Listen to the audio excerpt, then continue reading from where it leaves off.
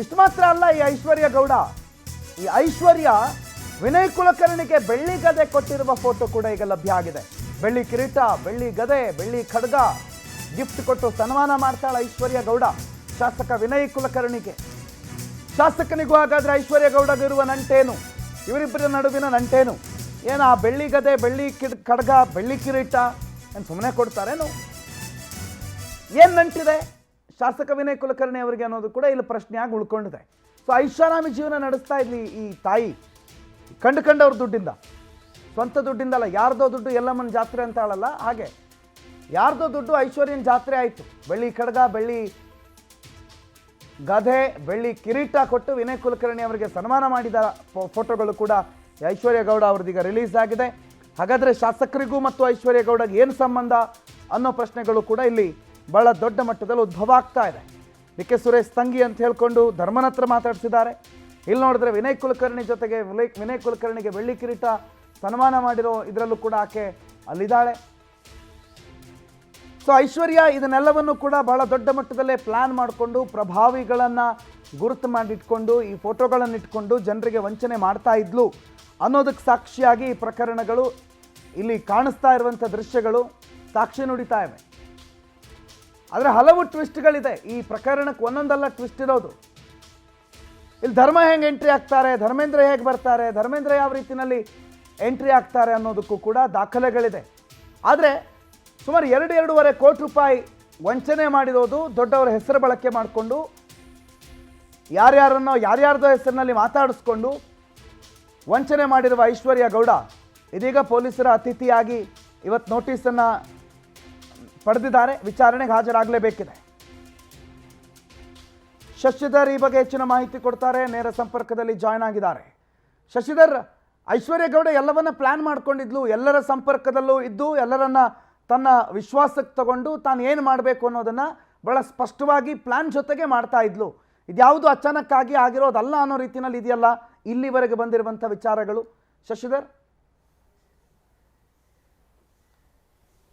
ಪ್ರಣತ್, ಐಶ್ವರ್ಯ ಗೌಡ ಏನು ವನಿತಾ ಇವರಿಗೆ ಮಾಡಿರುವಂಥ ವಂಚನೆ ಕೇವಲ 2.5 ಕೋಟಿ ರೂಪಾಯಿ ಅಲ್ಲ, 8.5 ಕೋಟಿ ರೂಪಾಯಿನಷ್ಟು ವಂಚನೆ ಮಾಡಿದ್ದಾರೆ ಅಂತ ಹೇಳ್ಬಿಟ್ಟು ವನಿತಾ ಐತಾಳ್ ಅವರು ಚಂದ್ರ ಲೇಔಟ್ ಪೊಲೀಸ್ ಠಾಣೆಯಲ್ಲಿ ಇದೇ ತಿಂಗಳು 23ನೇ ತಾರೀಕು ವಾರಾಹಿ ಜ್ಯುವೆಲರಿ ಮಾಲೀಕರು ಒಂದು ದೂರನ್ನು ಕೂಡ ಕೊಟ್ಟಿದ್ದಾರೆ.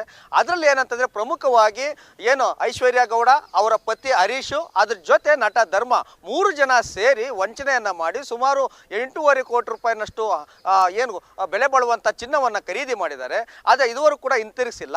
ಕಾರಣ ಕೇಳಿದರೆ ನಾನು ಯಾರು ಗೊತ್ತು ತಾನೆ, ಡಿ.ಕೆ. ಸುರೇಶ್ ಅವರ ತಂಗಿ, ಹೀಗಾಗಿ ಅವರು ಎಲೆಕ್ಷನ್ ಬ್ಯುಸಿನಲ್ಲಿದ್ದರು, ಹೀಗಾಗಿ ಎಲೆಕ್ಷನ್ ಮುಗೀತು ಅವಾಗ ಕೊಡ್ತೀವಿ ಅಂತ ಹೇಳ್ಬಿಟ್ಟು ಒಂದಷ್ಟು ಅದಕ್ಕೆ ಸಾಕ್ಷಿ ಅನ್ನುವಂತೆ ಪದೇ ಪದೇ ಒಂದಷ್ಟು ಡಿ.ಕೆ. ಸುರೇಶ್ ಅವರ ನಮ್ಮ ಅಣ್ಣ ಲೈನಲ್ಲಿದ್ದಾರೆ ಮಾತಾಡ್ತೀರಿ ಅಂತ ಹೇಳ್ಬಿಟ್ಟು ವನಿತಾರಿಗೆ ಫೋನ್ ಮಾಡೋದು, ಫೋನ್ ಮಾಡಿ ಮತ್ತೆ ಅದೇ ರೀತಿಯಲ್ಲೂ ಕೂಡ ಡಿ.ಕೆ. ಸುರೇಶ್ ಥರನೇ ಏನು ನಟ ಧರ್ಮ ಕೂಡ ಮಾತಾಡೋದು, ಹೌದಮ್ಮ ಐಶ್ವರ್ಯ ಕೆಲಸ ಮಾಡೋದು ನನ್ನ ಚುನಾವಣೆ ಕೆಲಸಕ್ಕಾಗಿ, ನಿಮ್ಗೆ ಏನು ನಷ್ಟ ಆಗುತ್ತೋ ಅದನ್ನೆಲ್ಲವನ್ನು ಕೂಡ ನಾನು ಮುಗಿಸಿಕೊಡ್ತೇನೆ, ಎಲ್ಲವನ್ನು ಕೂಡ ನಷ್ಟವನ್ನು ಕೂಡ ಭರಿಸ್ಕೊಡ್ತೇನೆ, ನಿಮ್ಗೆ ಲಾಭದಾಯಕವಂತೆ ನಾನು ನೋಡ್ಕೊಳ್ತೀನಿ ಅಂತ ಹೇಳ್ಬಿಟ್ಟು ಡಿ.ಕೆ. ಸುರೇಶ್ ಹೆಸರಲ್ಲಿ ನಟ ಧರ್ಮ ಕೂಡ ಮಾತಾಡಿರ್ತಾರೆ. ಅದೆಲ್ಲವೂ ಕೂಡ ಗೊತ್ತಾಗುತ್ತೆ. ತದನಂತರ ಡಿ.ಕೆ. ಸುರೇಶ್ ಅವ್ರದ್ದು ಪಾತ್ರ ಇಲ್ಲ ಅಂತ ಹೇಳ್ಬಿಟ್ಟು ವನಿತಾ ಅವ್ರಿಗೆ ಗೊತ್ತಾಗುತ್ತೆ. ಅದಾದ ನಂತರ ನೇರವಾಗಿ ಡಿ.ಕೆ. ಸುರೇಶ್ ಹತ್ರ ಹೋಗ್ತಾರೆ. ಹೋದಾಗ ಅವರು ಕೂಡ ಕೇಳ್ತಾರೆ, ಐಶ್ವರ್ಯ ಗೌಡರ ಫೋಟೋ ತೋರಿಸಿ, ಇವ್ರು ಯಾರೋ ನನಗೆ ಗೊತ್ತಿಲ್ಲ ಅಂತ ಹೇಳ್ಬಿಟ್ಟು ಡಿ.ಕೆ. ಸುರೇಶ್ ಅವರು ಕೂಡ ಕೇಳ್ತಾರೆ. ಅವಾಗ ಗೊತ್ತಾಗುತ್ತೆ ಇವ್ರಿಗೆ ವಂಚನೆ ಆಗಿದ್ದೀವಿ ಅಂತ. ಅದಾದ ನಂತರ RR ನಗರದಲ್ಲಿ ಐಶ್ವರ್ಯ ಗೌಡ ಅವ್ರ ಮನೆ ಹತ್ರ ಹೋಗ್ತಾರೆ. ಮನೆ ಹತ್ರ ಹೋದಾಗ ರೌಡಿಗಳನ್ನು ಕಳಿಸಿ ಧಮಕಿ ಹಾಕಿದ್ರು ಅಂತ ಹೇಳ್ಬಿಟ್ಟು ಕೂಡ ವನಿತಾ ಅವರು ಕೂಡ ಒಂದಷ್ಟು ಆರೋಪ ಕೂಡ ಮಾಡ್ತಿದ್ದಾರೆ. ಅದ್ರ ಜೊತೆ ನಟ ಧರ್ಮವರನ್ನು ಕೇಳಿದಾಗ, ಇಲ್ಲ ನನಗೂ ಇದಕ್ಕೆ ಸಂಬಂಧ ಇಲ್ಲ, ನೀವೇನಿದ್ರು ಕೂಡ ಐಶ್ವರ್ಯ ಹತ್ರ ಮಾತಾಡ್ಕೊಳ್ಳಿ, ನನಗೂ ಇದಕ್ಕೆ ಸಂಬಂಧ ಇಲ್ಲ ಅಂತ ಕೂಡ ನಟ ಧರ್ಮ ಕೂಡ ಹೇಳಿರ್ತಾನೆ. ಹೀಗಾಗಿ ಏನು ಮಾಡ್ಬೇಕಂತ ಗೊತ್ತಾಗದೆ ಇವರು ಪೊಲೀಸ್ ಠಾಣೆ ಮೆಟ್ಲೇರಿರ್ತಾರೆ. ಈಗ ಅದಕ್ಕೆ ಸಂಬಂಧಪಟ್ಟಂತೆ ಕೇವಲ ಡಿ.ಕೆ. ಸುರೇಶ್ ಹೆಸರಲ್ಲ, ಹಣ ಕೊಡ್ತೇವೆ, ಒಂದಷ್ಟು ದಿನಗಳ ಕಾಲಾವಕಾಶ ಕೊಡಿ ಅಂತ ಹೇಳ್ಬಿಟ್ಟು ಶಾಸಕ ವಿನಯ್ ಕುಲಕರ್ಣಿ ಅವರು ಕೂಡ ಕರೆಸಿ ಅವರಿಗೆ ಬೆಳ್ಳಿ ಗದೆಯನ್ನು ಕೊಟ್ಟು ಒಂದಷ್ಟು ಸಂಧಾನ ಮಾತುಕತೆಯನ್ನು ಮಾಡೋದಕ್ಕೆ ಸಂಬಂಧಪಟ್ಟಂತೆ ಕೂಡ ಈಗ ವನಿತಾ ಅವರು ಕೂಡ ಈಗಾಗಲೇ ಒಂದಷ್ಟು ದಾಖಲೆಗಳನ್ನು ಕೂಡ ಬಿಡುಗಡೆ ಮಾಡಿದ್ದಾರೆ. ಅದ್ರ ಜೊತೆ ಡಿ.ಕೆ. ಸುರೇಶ್ ಅವರು ಹೆಸರಲ್ಲಿ ಏನು ನಟ ಧರ್ಮ ಅವರು ಮಾತಾಡಿರುವಂಥ ಆಡಿಯೋನು ಕೂಡ ಬಿಡುಗಡೆ ಮಾಡಿದ್ದಾರೆ. ನಟ ಧರ್ಮ ಅವರು ಕೂಡ ಅವರು ವಾರಾಹಿ ಜ್ಯುವೆಲರ್ಸ್ಗೆ ಹೋಗಿರುವಂಥದಕ್ಕೆ ಸಂಬಂಧಪಟ್ಟಂತೆ ಒಂದು ದಾಖಲೆಯನ್ನು ಕೂಡ CC ಕ್ಯಾಮ್ರಾ ವಿಡಿಯೋಸನ್ನು ಕೂಡ ಬಿಟ್ಟಿದ್ದಾರೆ. ಮತ್ತು ಅದೇ ರೀತಿ ಐಶ್ವರ್ಯ ಗೌಡ ಅವರು ಕೂಡ ಈ ಚಿನ್ನವನ್ನು ಖರೀದಿ ಮಾಡಿರೋದು ಮತ್ತು ಅವರ ಕಡೆಯವರು ಬಂದು ಚಿನ್ನವನ್ನು ತಗೊಂಡೋಗಿರೋದಕ್ಕೂ ಅದಕ್ಕೂ ಕೂಡ ಒಂದು ದಾಖಲೆಯನ್ನು ಕೂಡ ಬಿಡುಗಡೆ ಮಾಡಿದ್ದಾರೆ. ಮತ್ತು ಎಲ್ಲದಕ್ಕೂ ಕೂಡ ಚೆಕ್ಗಳನ್ನು ಕೂಡ ಕೊಟ್ಟಿದ್ದಾರೆ. ಒಂದಷ್ಟು ಒಂದಷ್ಟು ನಗದಲ್ಲೂ ಕೂಡ ಹಣ ಕೊಟ್ಟಿದ್ದಾರೆ, ಒಂದಷ್ಟು ಚಿನ್ನ ತೆಗೆದುಕೊಂಡಿರೋದು ಕೂಡ ದಾಖಲೆಗಳ ಸಮೇತ ಈಗ ಪೊಲೀಸ್ ಠಾಣೆಯಲ್ಲಿ ಕೂಡ ದೂರನ್ನು ಕೊಟ್ಟಿದ್ದಾರೆ.